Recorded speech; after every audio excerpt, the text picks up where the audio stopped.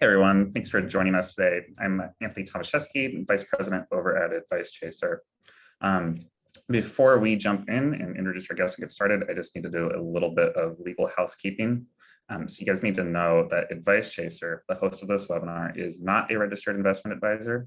We cannot and do not give financial advice. Today's presentation is for educational purposes only and cannot be considered advice for any person's individual situation. Advice Chaser regularly hosts informational webinars such as this one, featuring a variety of knowledgeable professionals, many of whom are licensed advisors. Any opinions, ideas, jokes, or principles expressed by the presenters are their own and not endorsed by Advice Chaser. So please do not act on the information you hear today without first consulting a qualified professional. We're thrilled to bring you this educational presentation. I have attendees muted, but we encourage you to ask questions using the chat box, and then the presenter will answer those queries during or after the webinar today as appropriate. If you do ask a question in the chat box, go ahead and leave your phone number in there as well. If we can't get to your question during the event, we'll make sure someone reaches out to you after the event is over. We want this experience to be as educational as possible, so please do not hesitate to ask for clarification or expansion of the material if you have any questions. That being said, I'd like to introduce you to today's presenter, Annalee. Let you take it from here. Thank you so much. Hi, everybody. Thank you for spending the next hour or so with us today, learning about, are you ready to be a family caregiver? My name is Annalee Kruger. I own the company CareRight Incorporated. I used to be a social worker in long-term care communities for 18 years. And every day I had families in my office because there was a medical crisis. The adult kids usually came to the office and their parent was in the hospital. The hospital says, here's a list of facilities, go find one by noon tomorrow because we're discharging. And the adult kids would come and they had no idea what to look for, what to ask about. They had no idea like what their parents had in place already, like long-term care insurance, VA benefits. They just had no idea. They didn't know if their parents had living wills, power of attorney documents. So it was clear that the majority of families they don't talk about the what ifs of aging. They don't talk about what is our family plan or what's our aging plan in case mom and dad get sick, or what if dad is the caregiver to mom with dementia and dad dies first, who's going to take care of mom? So we know that a lot of times, 58% of the time actually, adult kids get thrust into the role of family caregiving without ever having any kind of plan or actually even a family meeting about the what ifs. So when I left corporate America in 2011 to start CareRight, that's my whole mission, is to educate families and help you develop a customized aging plan so that you know what your care options are now, but also what your care options are down the road, and facilitating those family meetings so that you can make informed decisions. Most of the people who come to me, I've been nationwide since 2012 because families just don't live near each other anymore. So the profile of the family has changed. And if you as a family have moved apart from each other and you've got 4 kids and they live in 4 different states, if they didn't invest their time, effort, and energy and resources into maintaining relationships with each other as siblings and as a family, then when you get that crisis call that dad had a stroke or mom got lost driving and now she's a silver alert, the kids are like, oh my gosh, what are we going to do? And unfortunately, most of the time, the adult children have to get reacquainted as siblings and then figure out, okay, now what do we do with mom and dad? So we know that family caregivers, adult children, end up thrust into that role of family caregiving and making big decisions for parents when they probably haven't had any kind of like vital conversation about what is our actual plan and what do we have in place and how are we going to prevent caregiver burnout. So we're going to talk about family caregiving. That's me like 10 years ago, pre-COVID. So the topic, are you ready to be a family caregiver? The good, the bad, and the ugly. And there's like so much I could talk about on this topic, but given that we only have about an hour, I'm going to go through, there's a lot of content here, but This is recorded, so you can always listen to it again and take notes if you want to, but there's going to be a lot of information I'm going to kind of throw at you, and hopefully at the end of it, you'll be like, oh my goodness, there's a lot I need to know. I should reach out to Anna-Lee to learn more. So what is caregiving? And I can tell you that as a national speaker, I've asked this question to literally thousands and thousands of people in the audience. And when I ask who's the family caregiver in the beginning of the workshop, maybe one or two people will raise their hands. But by the end of it, when I ask the question again, nearly everyone raises their hand. And why? Because a lot of families are caregivers, a lot of adult children or spouses are caregivers, but it doesn't seem to register with you that, oh my gosh, this is a caregiving role. This is a caregiving role. And so caregiving is providing assistance with another person's social or health needs. It affects the quality of life for millions of individuals. We know that the majority of caregiving duties are provided by family members, especially during COVID, and still today with the massive shortage of healthcare workers, families are having to provide continued ongoing caregiving tasks and caregiving duties. Caregiving may include help with one or more activities important for daily living, such as bathing and dressing, paying bills, shopping, or providing transportation. Many involve emotional support. It may involve emotional support and help with managing a chronic disease or disability. So diabetes management, dementia progression, kidney disease, all sorts of, cancer, all sorts of chronic diseases. Caregiving responsibilities can increase, they actually will, there's no can, they will increase and change as a recipient's needs increase, which may result in additional strain on the caregiver. So it's one thing when mom is in early stage dementia and she can still take care of herself, she just needs a little bit of cueing or reminders, but it's a whole nother caregiving experience as her disease progresses and she needs 24 hours, 7 days a week supervision so that she doesn't get lost or drink Windex instead of drinking water.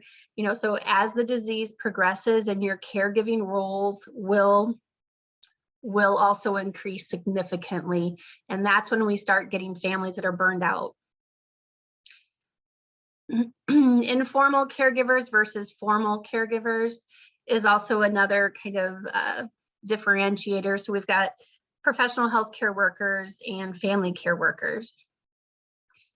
Statistics, and there's I'll be honest, there's like 3 or 4 slides full of statistics, but I think you might find this helpful. And then we'll go into what is caregiver burnout and how do we prevent caregiver burnout. So there's 65.7 million unpaid family caregivers in the United States. You on this webinar might be one of them.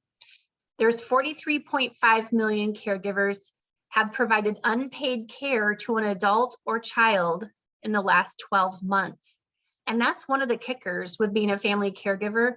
It can be emotionally exhausting, physically exhausting. You could hurt your back transferring your loved one off the toilet, but it's also financially expensive to be a family caregiver because we know that a lot of times the adult child, because they don't know about an aging plan, they'll quit their job to then become a full-time caregiver, which obviously affects their finances and their own future and their own ability to retire.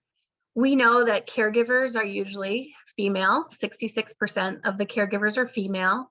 The average age of the caregiver is 48 years old. So when you think about a person, a woman who's 48 years old, she's in that sandwich generation. She might have younger children at home and now dealing with aging parents and their care needs. The majority of caregivers, 82%, care for one other adult, while 15% care for 2 adults and 3% care for 3 or more adults. It's pretty common when the adult daughter calls me because she's burned out from taking care of her parents. It's pretty common that woman is also taking care of up to 6 elderly loved ones. mom and dad, her in-laws, maybe step parents, and then that stray aunt or uncle who either never got married or outlived their kids. So it's pretty common for when those daughters call me, they are really emotionally fried because they're so burned out. Taking care of one aging parent or one aging loved one can be a full-time job, let alone taking care of 2 or 3 or more aging loved ones, especially when they don't all live in the same geographic area. About 15.7 million adult family caregivers care for someone who has Alzheimer's disease or another form of dementia. We know that dementia numbers are on the rise, and we know that family caregivers are going to be the ones to provide the bulk of that care, usually until they're so burned out that they realize, I can't keep doing this. My marriage is on the line, my job is on the line, my health is on the line, or they finally realize as a family that it's just simply not safe and viable to have mom or dad still stay at home. Recipients, 45% of recipients are aged 18 to 45 are male. 33% of recipients aged 50 or higher are male. So those are the people who are taking care of, who are receiving care. 75% of all caregivers are female, and they may spend as much as 50% more time providing care than males. Male caregivers are less likely to provide personal care. 24% helped a loved one get dressed compared to 28% of female caregivers. 16% of male caregivers helped with bathing versus 30% of females. Part of that is that the role tends to be, these care needs tend to be put on the daughter's shoulders. And it's also uncomfortable for like a son to give his mother a bath or do her toileting care, for example. It's just as uncomfortable for a daughter to provide a bath or give her dad a bath and help him in the bathroom. But the reality is that most of the caregiving is provided by the daughters or daughter-in-laws. Female caregivers, 36% of female caregivers handle the most difficult tasks like the bathing, toileting, and dressing. Caregiving could be, it's kind of like every time you turn around, somebody needs something from you. So it's whether it's shopping, food preparation, housekeeping, laundry, transportation, giving medication, setting up medication, going to the pharmacy to get another 30-day supply of medication. I mean, it becomes a full-time job. Sometimes when people get older, their food tastes change. And so even if you used to be able to provide, 8 or 9 kind of staple meals, maybe their tastes have changed because of medication or dementia. And now you're finding that you constantly have to change the menu, or your loved ones had a menu or had a diet change where they can't swallow regular meals anymore, regular food. It has to be chopped up or ground or pureed. So that takes up even more time. We're talking about feeding, dressing, grooming, walking, bathing, and assistance with toileting. If your loved one that you're taking care of is on fluid pills, you're going to be taking them to the bathroom probably every hour. So that's what I mean. It becomes a full-time job. Researching care services or information on the disease, coordinating physician visits or managing financial matters, even contacting, insurance companies or long-term care insurance companies. I'm telling you, this becomes a full-time job and it's not paid. So that's why it's so important to have an aging plan so that you don't get burned out and you don't jeopardize your health and your relationships with your loved one and your siblings. Of family caregivers who provide complex care, 46% perform medical and nursing tasks. I can't tell you how many daughters I've had and sons as well say, I'm doing wound care management on dad. The nurse came out and trained him or trained her on how to do wound care. But like a lot of people just aren't trained in these types of tasks, and yet they find themselves doing them every day. More than 96% provide help with activities of daily living, which is, again, personal hygiene, dressing, undressing, getting in and out of bed, toileting, getting their food ready, setting up their medications. Short-term versus long-term caregiving. Obviously, short-term is a lot easier. It's one thing to be a caregiver to someone who maybe had a broken hip, and in 4 or 6 weeks, they'll be back on track. You know, you can kind of manage that. You can take some time off work if you need to, because you know that there's a light at the end of the tunnel, so to speak. But we're talking about the burnout associated with long-term caregiving. I think it's also important to note what your relationship is with your loved one. Your relationship will change. You know, you might have always had a really close relationship with the person that you're taking care of, but as you get more entrenched into becoming a family caregiver, that relationship will likely change, and it may shift actually to more resentment and anger. So long-term caregiving can be exhausting. It's one thing to take care of someone who's got like a broken hip, but someone else who's got chronic diseases like Alzheimer's or dementia. More than 6 million people are living with Alzheimer's and dementia. It causes more death than breast cancer and prostate cancer combined. Alzheimer's and dementia death rate has increased by 16% since COVID. And in 2021, Alzheimer's and other dementias will cost the nation $355 billion. And by 2050, this could rise to 1.1 trillion. Over 11 million Americans provide unpaid care for people with Alzheimer's and dementia. So this is what I'm telling you is dementia is not going away, and family caregivers do the bulk of the family caregiving. So burnout is inevitable, right? Caregiving to loved ones with dementia or other chronic diseases can become a full-time job, and burnout is inevitable unless you have an actual aging plan.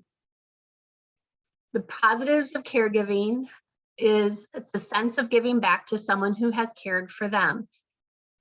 So you're just kind of like returning the caregiving, right? Your dad took care of you, so now it's time to take care of him as he ages, as an example. There's also satisfaction of knowing that your loved one is getting excellent care. Like if you do the care, you know it's going to be done right? It also increases the opportunity for quality time with your loved one. So a few years ago, I had a daughter who called me. She had just gotten laid off from the place of employment that she was at, and she was devastated. She's like, oh my gosh, what am I going to do? I need a job.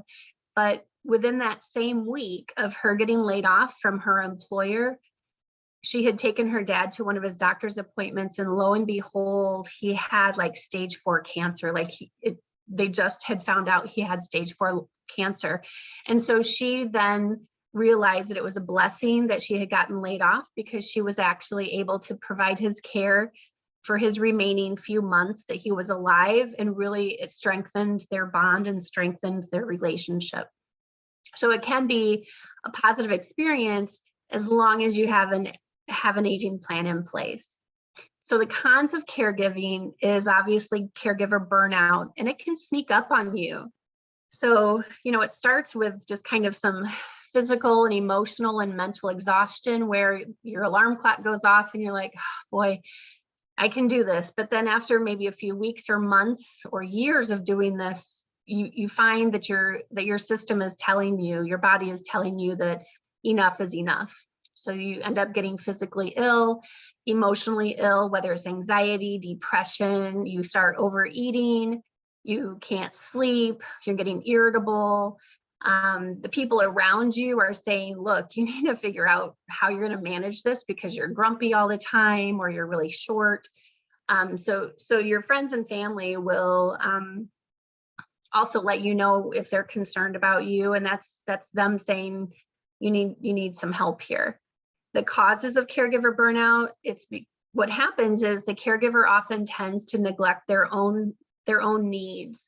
So I can't tell you how many sons or daughters have said, I haven't been to Bible study for months, because every time I try to do something or go somewhere or go on vacation, my dad falls. Or, you know, I've had wives say, you know, I haven't been able to get my hair done for months and so it tends to sneak up on you. Caregiving tends to sneak up on you where, you have to cancel appointments, or you're canceling vacations, or every time you want to go to your granddaughter's basketball game, you can't because something else has come up with your husband. So after a few times of that, you tend to get burned out. The demands on a caregiver's body and mind and emotions can easily seem overwhelming and lead to fatigue. Just think about if you have someone who needs help every hour with repositioning, or because they have dementia, they're just that restless and that confused and that short of attention span, they need to have constant supervision. You don't get the rest that you need. So it's common, like the caregiver has a 65% higher mortality rate because you're not eating, you're not sleeping, you get sicker easier and sicker faster. And when you do get sick, you stay sicker even longer than normally because your immune system is worn down. There's a lot of unrealistic expectations. You think, oh, I can do this, I've got this, but soon you find yourself living in the moment. Like you're in survival mode, just trying to get through the day or trying to get through the next hour because the needs of your loved one are so great.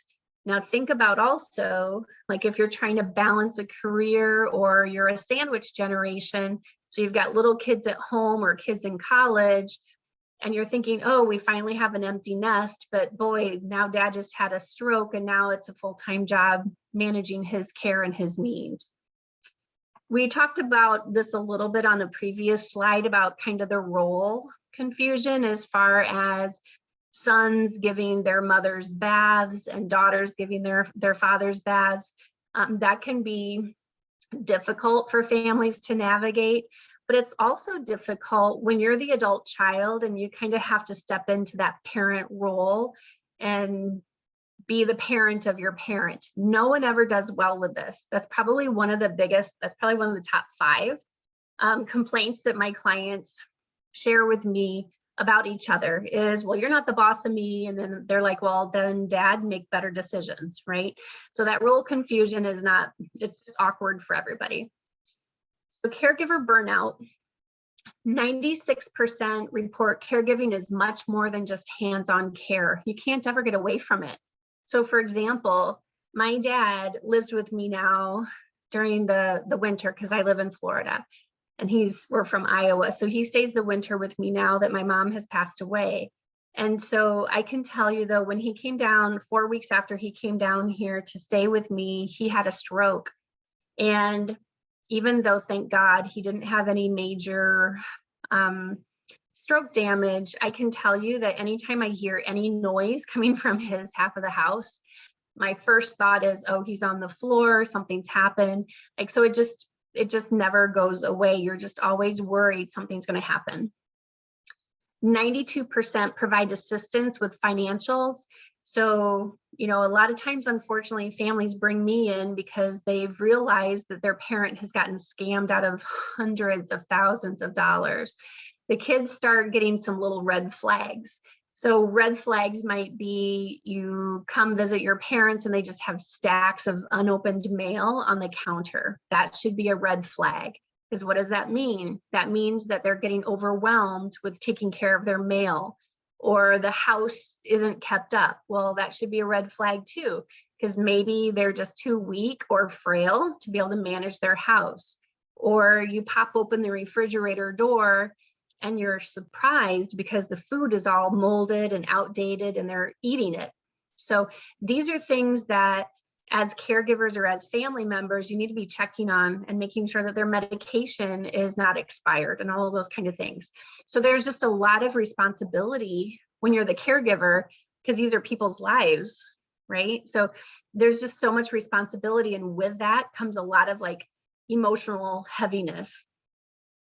41% of family caregivers said that they entered the role of caregiving suddenly and unexpectedly.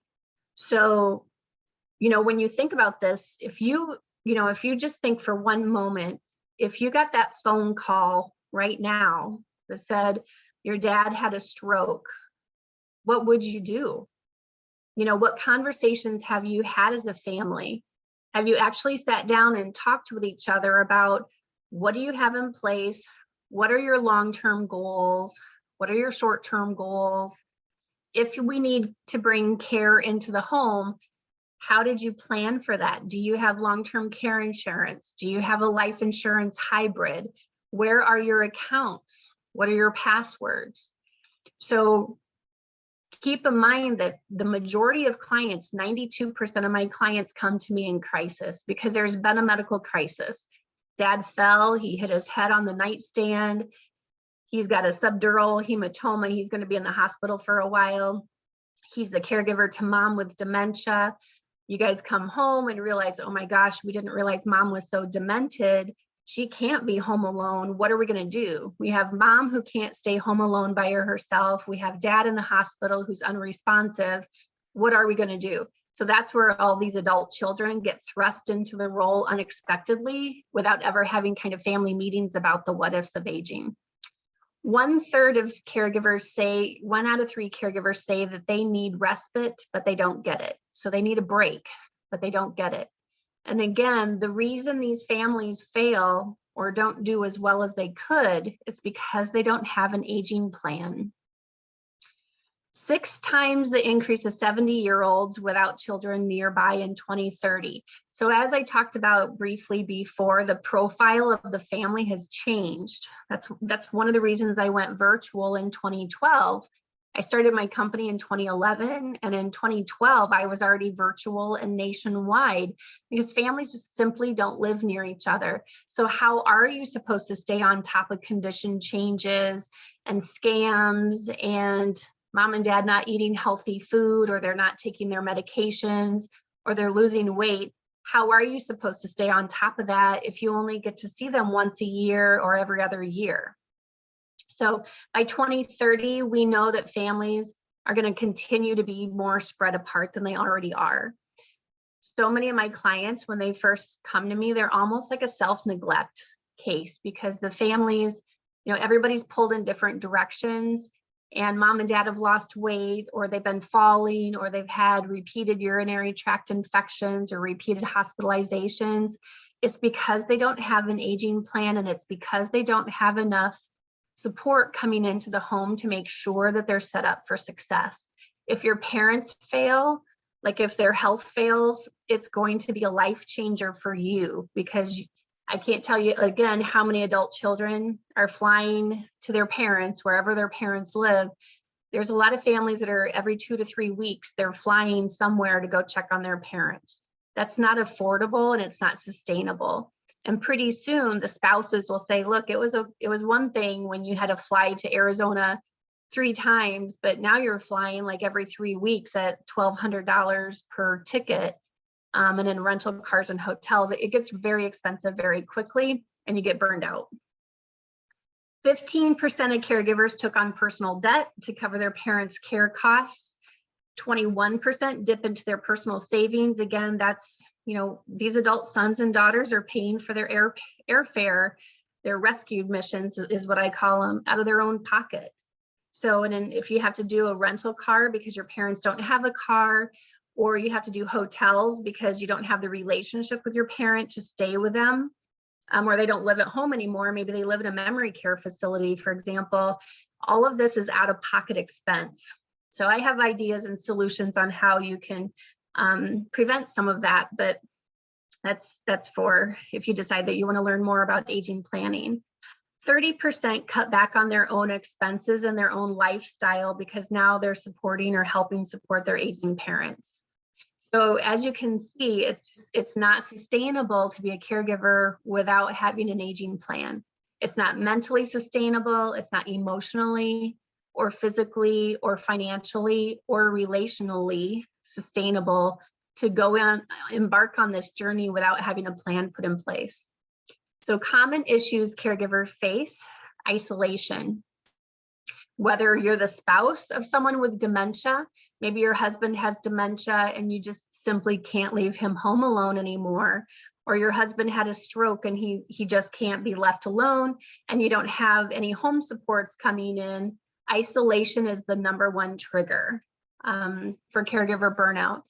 Friends stop asking you out or coming over because you're always too busy or you're too tired. I mean, our energy is finite. There's only enough time and energy for so many things, right? And so that's why we talk about self-neglect with a caregiver. Your needs get pushed on the back burner because everyone else's needs come first or seem to come first. But you're always too busy or you're too tired or you just don't have time to go out and socialize or get your nails done or go on a vacation and recharge because you've got too many responsibilities.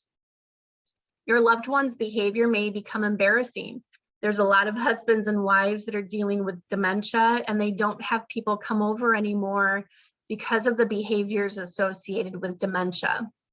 Maybe it's aggressiveness, it's paranoia, maybe sexual behaviors, and it's embarrassing. So again, that leads up to isolation. Your loved one is not safe to be home alone or to be alone, and that again leads to isolation. You're always exhausted. Again, if you're taking care of someone long-term and you have your own life as well, it gets exhausting. Or what if you have your own health issues and you're the primary caregiver to someone else as well? So you're at a double risk, so to speak, of burning out and getting yourself even sicker. You lose interest in things that you used to enjoy. Your marriage and your relationships start to suffer. So your marriage starts to suffer, your relationships with your siblings, you can become incredibly resentful, almost hateful towards your siblings because you're not getting the break that you need and you're not communicating probably the best as a family. And it's pretty easy to get resentful when you're the primary caregiver because you're the one in town, everyone else lives out of state, and it's easy for them to kind of nitpick and say, well, what about this or what about that, or why don't you take dad over here, why don't you take mom over there? And then that's when resentment starts getting into the equation there.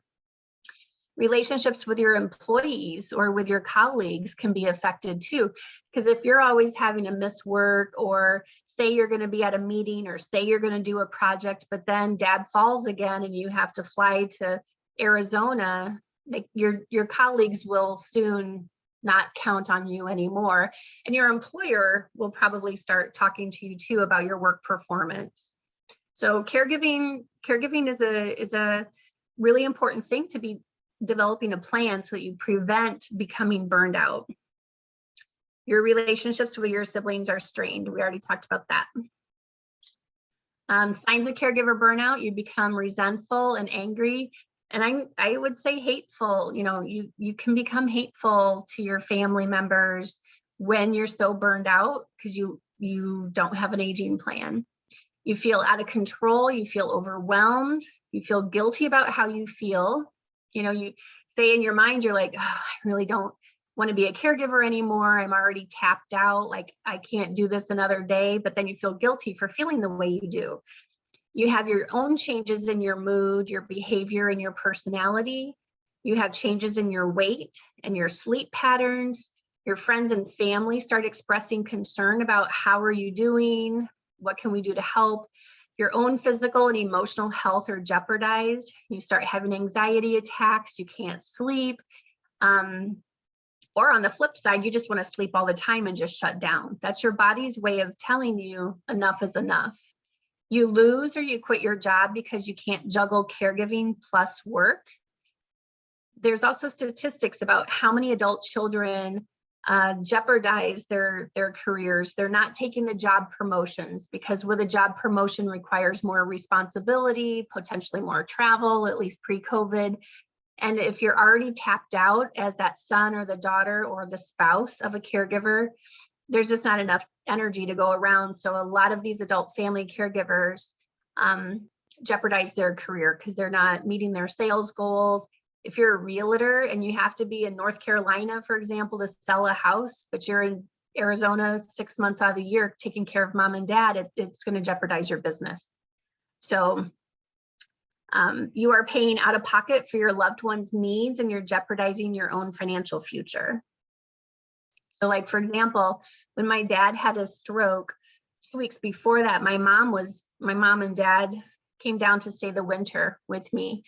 And my mom has had dementia, and she fell here at my house 2 weeks after they got here, and she broke her shoulder. The hospitals missed the broken shoulder, and so they sent her back home, and I'm just like, no, there's truly something wrong. So here I am trying to run my businesses. I'm trying to be on conference calls and toileting her and trying to get her ready for the day because she couldn't do anything because she had this broken shoulder. My dad was he was already burned out. That's why they came down here, so I could take care of them. But then 2 weeks after that, my dad had his stroke. So between the two of them, I stepped away from my business for about 4 months because they needed so much time and energy. And they had so many doctor's appointments. So I pretty much had to step away from my business for about 4 months. And it's, I was in a position to be able to do that because I have a phenomenal team. But not everybody's in that position that you can literally step back from your business or your place of employment for months on end. So we need to just make sure that, there's a plan in place and your family has actually had conversations about these types of topics. So how do you prevent burnout? Let me look at oh, good. We're good on time. So how do you prevent burnout? Know your limits and don't feel like you have to be everything to everyone.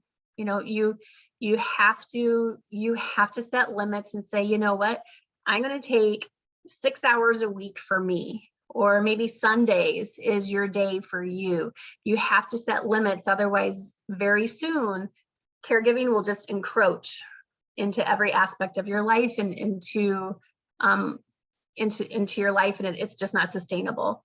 You also need to learn to ask for help. So many of my clients have said, if I had to do this over again, I would have asked for help sooner rather than later. So make a list of what you like to do as a caregiver. So I always tell families, I just use regular paper, a positive and a negative. So what do you like to do? What do you want to keep on your plate as a caregiver? So maybe you love to cook. So you're like, you know what? I'll take cooking. I'll make sure that dad has all of his foods. Maybe your brother wants to take him to all of his doctor's appointments. Maybe you have another family member who is going to take care of all the finances. He or she is the financial power of attorney. So divvy up those roles, like what all needs to be done for mom and dad. They need medication management. They need care coordination. They need help with paying their bills. They need activity and socialization. So divvy up the list of what their care needs are and say who's going to do what and who's going to be primary lead on each of these roles. And you also need to develop a respite plan so that you all have a break so you don't get burned out. So you might say, well, I'll take care of this, but then someone needs to relieve me for a month so that I can kind of come up for air. Otherwise, your relationships, I promise you, your relationships will become incredibly resentful. I know that because 92% of my clients come to me in crisis. 85% of those families, their relationships are so strained that I'm also doing family mediation while I'm facilitating their family meetings to put the aging plan in place. So try not to let yourself get to that point. It can happen actually very, very quickly, more quickly than what you might realize. Educate and understand your loved one's disease and prognosis. Most of my clients have some form of dementia, and most of my families have no idea what that really means. They have no idea what their journey is going to entail.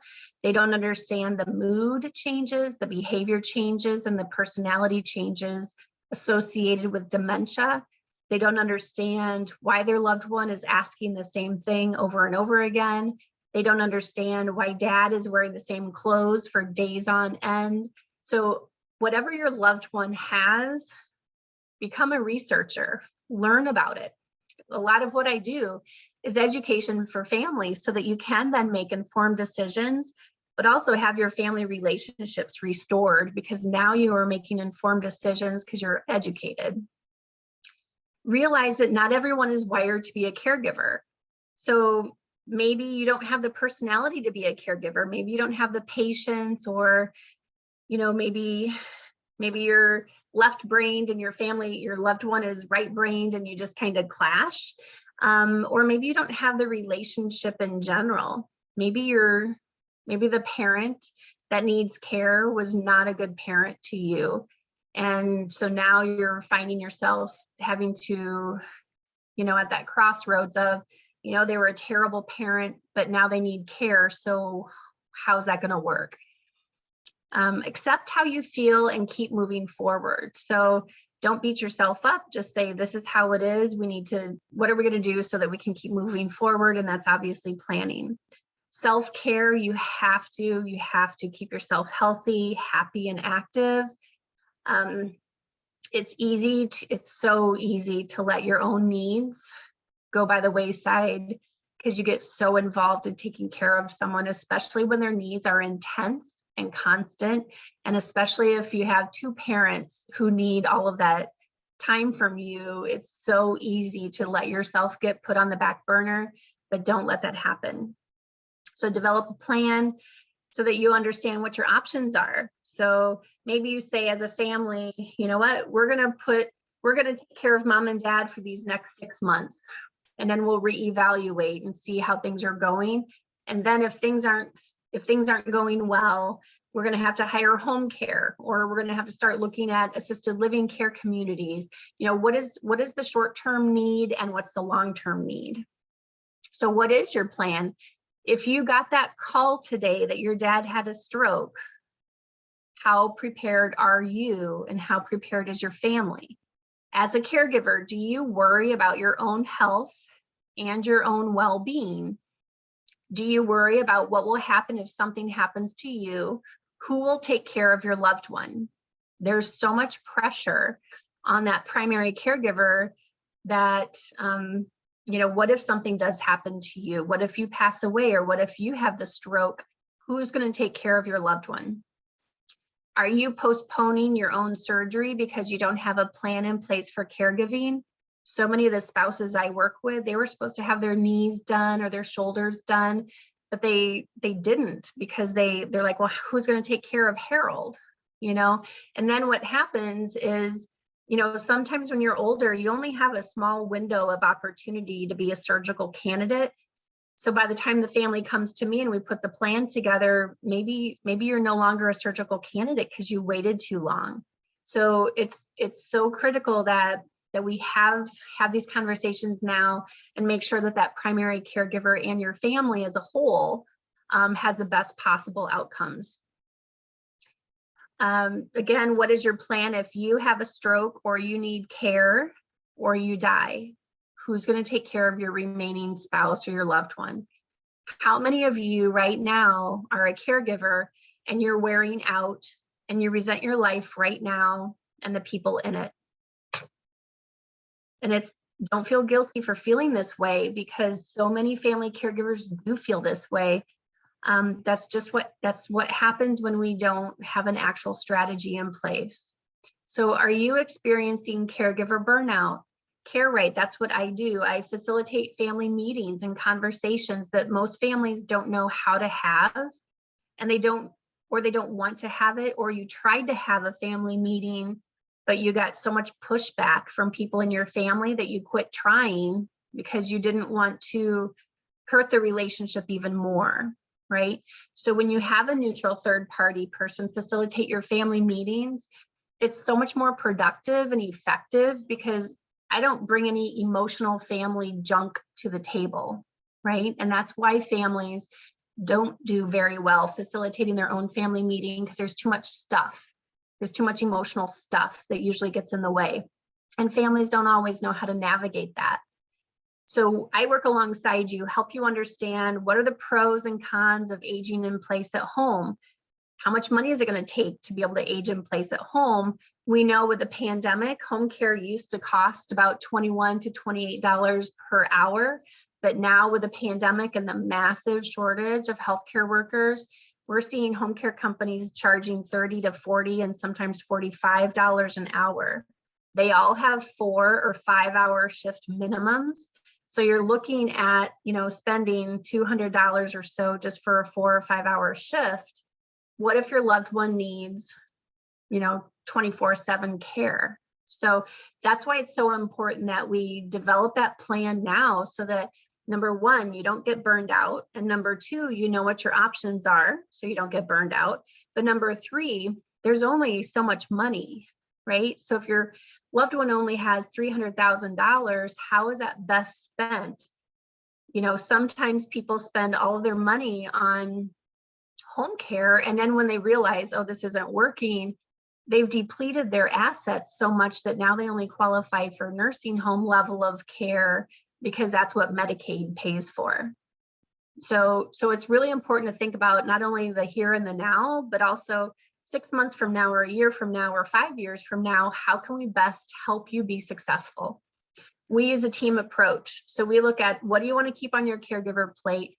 What do we need to outsource? Maybe we need to start doing adult daycare, or maybe we need to have home care services brought in for 40 hours a week so that you can get a break and get back to work, and you find that balance. But we also help you identify those next steps. What's the plan if mom or dad can't stay at home? Where does it make sense for them to live? Obviously, it makes sense for them to live closest to the family that's going to be able to be there on a regular basis and advocate for you. So where does that look? Where does it make sense for you to potentially have to relocate? Or are one of your kids going to retire and come to Florida, come to Arizona, come to Texas? You know, what does that really look like? We also know that you can't just say, oh, I'm going to go into this care facility. Maybe you don't financially qualify, because you have to financially qualify, you have to cognitively qualify, and you have to physically qualify to move into these places. So you can't just assume, well, if I can't stay at home, I'll just go into the facility down the street. What if you don't qualify to get in there, or they have a 3-year waiting list? So these are all things that we help families kind of pick through and tease out so that we can put a plan together for what your needs are right now, but also what your needs are going to be down the road. It also gives you peace of mind. So when we look at, you know, helping you be successful as a family, facilitating those family meetings, helping you make sure that you have your affairs in order, like your accounts, your passwords, your legal planning, your funeral planning, having everything buttoned up as much as you can, so that if or when that medical crisis happens or that death happens, you're not left literally spending hours and hours and hours on end trying to sort out, okay, what accounts does dad have? How do I get into his accounts? How am I supposed to pay his bills if I don't even know where his accounts are? I mean, you can see how this can just be a really big mess. And unfortunately, that's the condition of families when they come to me. So let's try not to wait until we're in crisis, but if so, know that that's what we do. The Invisible Patient is a book that I wrote. Invisible Patient. I actually wrote this about my own, some of it is about my own caregiving journey, but the book is, there's like 30 some pages of just checklists, agenda items. If you want to facilitate your own family meeting, what's on the agenda? Like, how do you facilitate your own family meeting? It's got checklists of how to do tours of facilities, what questions to ask, what to look for when you do tours. So it's jam-packed with information about an aging plan, how to create your own aging plan, how to pay for care, how to facilitate your own family meetings so that you don't end up being burned out. So the first 3 people to reach out to me and schedule your complimentary consult, you'll get a free book. So hopefully that will incentivize you to take this seriously, because your health matters. So that's what I have to present on today. It looks like there is a question or comment. Yes, you will get a copy of this deck or presentation. So yes, this is recorded as well, so you can view again. Any other questions?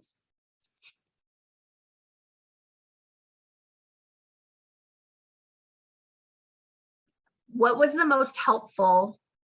What was the most helpful information that you learned during this webinar?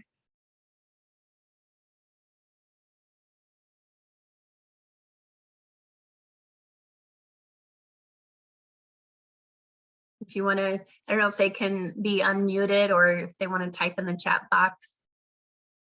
But I always like to know, like, what was the most helpful What were some of the nuggets that you're going to take with you from this webinar?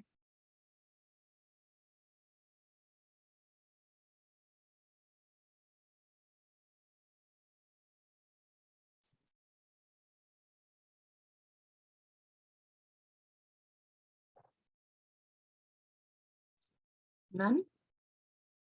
Okay, well, that's all I have for information. Hopefully you found something in this presentation helpful. But I appreciate, oh, Wesley, you are on the button here. How to manage the relationships with your parent if it's already strained. That's actually one of the top 5 issues that families come to me with, is the relationship is really, really, really almost broken. So how are we supposed to take care of someone when we resent them? So I'm glad, Wesley, that you found that to be helpful. Are there any other comments or questions?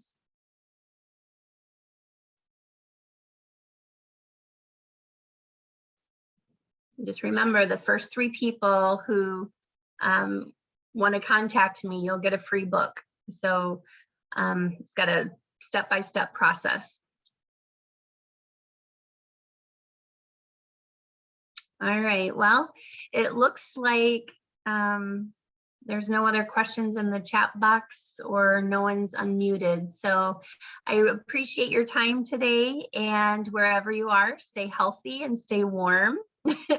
Even down here in Florida, we're wearing sleeves today. So no matter where you are across the country, stay warm and stay well. Thank you so much for your time today. Awesome. Thanks so much, Annalee. And hey, thanks everyone for attending. We're going to send you guys an email probably the next 20 minutes or so that has the replay. And just be on the lookout for that. Very good. Thank you. Well, thanks everyone.